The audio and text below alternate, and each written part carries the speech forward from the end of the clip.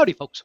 In today's video, we will be attempting to jumpstart tool batteries that will not be taking a charge using their standard methods, using the charger that came with the tools. In my case, I have two brand new batteries that came in a kit with like a 4-tool kit, but neither of them will take a charge. They're blinking red right away, and the standard battery charger will not charge them. Even though they're brand new, it looks like they will not be taking a charge. Looking at the date, it starts with 2020. Well, we're almost at 2026 now, so it looks like this tool set has been on the shelves for a long time, and the batteries died. So we'll attempt to charge them using a 24-volt Cobalt battery in this case, and then also try a 9-volt battery just to see what will work. Just to prove the point here, I'm going to check the voltage on the batteries, and on the first one, it's like we're basically getting 000 volts. So they're completely dead batteries. We'll try to jump start that one, and then also I'm going to check the voltage on the second one. And on the second one, we're going to get a reading of 005. Again, essentially, they're pretty much dead. Well, they are dead, period. So we'll attempt to charge them using the 24-volt battery from Cobalt. In this case, it's reading at 23 volts, so it's not even a fully powered battery at this point, voltage-wise, but it should be sufficient enough to try to jumpstart it. In order to do this, we need to find out what contacts are the positive versus the negative, because obviously we need to make sure that we're connecting it correctly. I'm going to use 2 wires to jumpstart those batteries. If you have stranded wires, meaning that the connections are frail, they're not one solid wire, it's going to be a little bit harder to do this. You can still do it, but it's going to be harder because as you try to push it in, it's not going to stick it in. Now, if you have a solid wire connection, it's going to be easier. And again, we're going to make sure that we're doing this correctly, verifying that we're going to do positive to positive, and then we'll do negative to negative. So on the Black & Decker, negative is going to go to my negative on Cobalt. And again, if you're using a different battery, which most likely you are, make sure that you know where those positives and negatives are, because just in this case, they're both on the left or both on the right. That does not necessarily do anything. So we'll give it a couple of seconds, and after that, we can go ahead and disconnect the wires, and then we'll check the voltage and see if that will work. Using the multimeter, I'm going to put that in.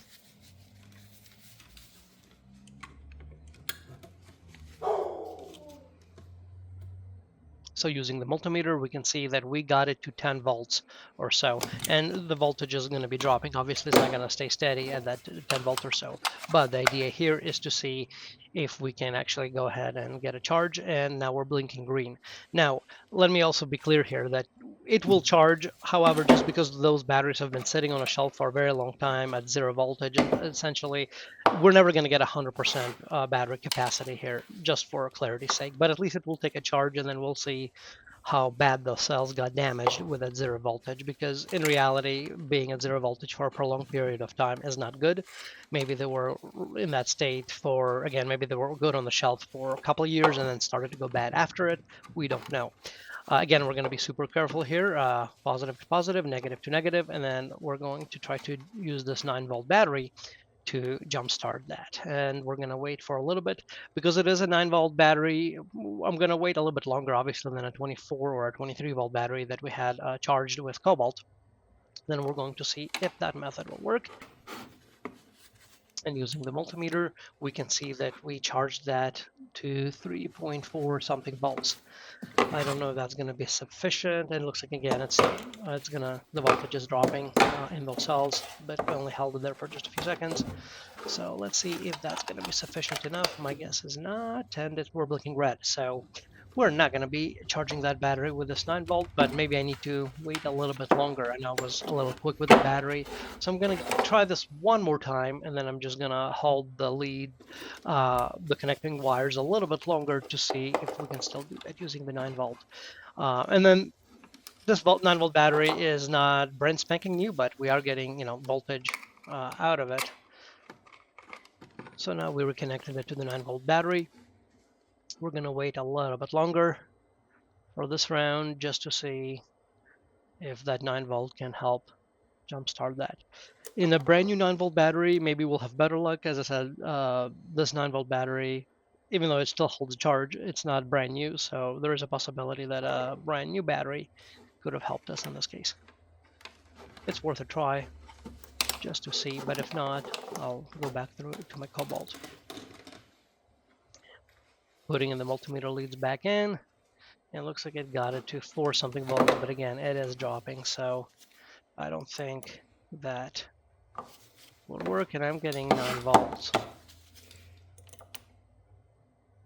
And this battery is 8.9 volts, so it looks like it's depleting that battery. It's most likely not going to be able to do this. And yeah, plugging the Black & Decker battery in, we're blinking red right away. I'm going to try another 9 volt battery really quick to see if that will make any difference. And then we'll be able to, just to rule out the issue of was it a 9 volt battery or not. Again, if the voltage wasn't 0 on the Black & Decker batteries, if it was maybe 4 or 5, then trying it with a 9 volt battery may be a little bit more successful. But again, because the Black & Decker battery is already at 0 volts, likely this may not be just enough in order to do this, but let's give this a quick shot and see what happens.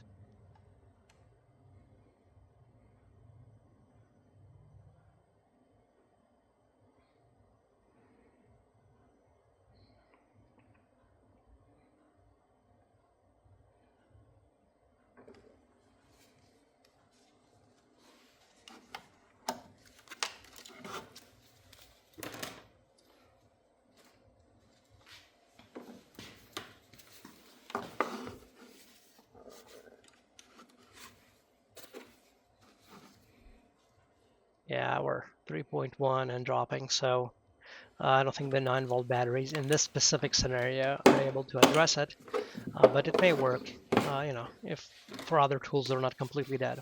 But for this setup, we're going to do the same trick what we did on the first battery. We'll go ahead and do positive to positive, and then we'll do negative to negative. We're going to wait about 5 seconds or so.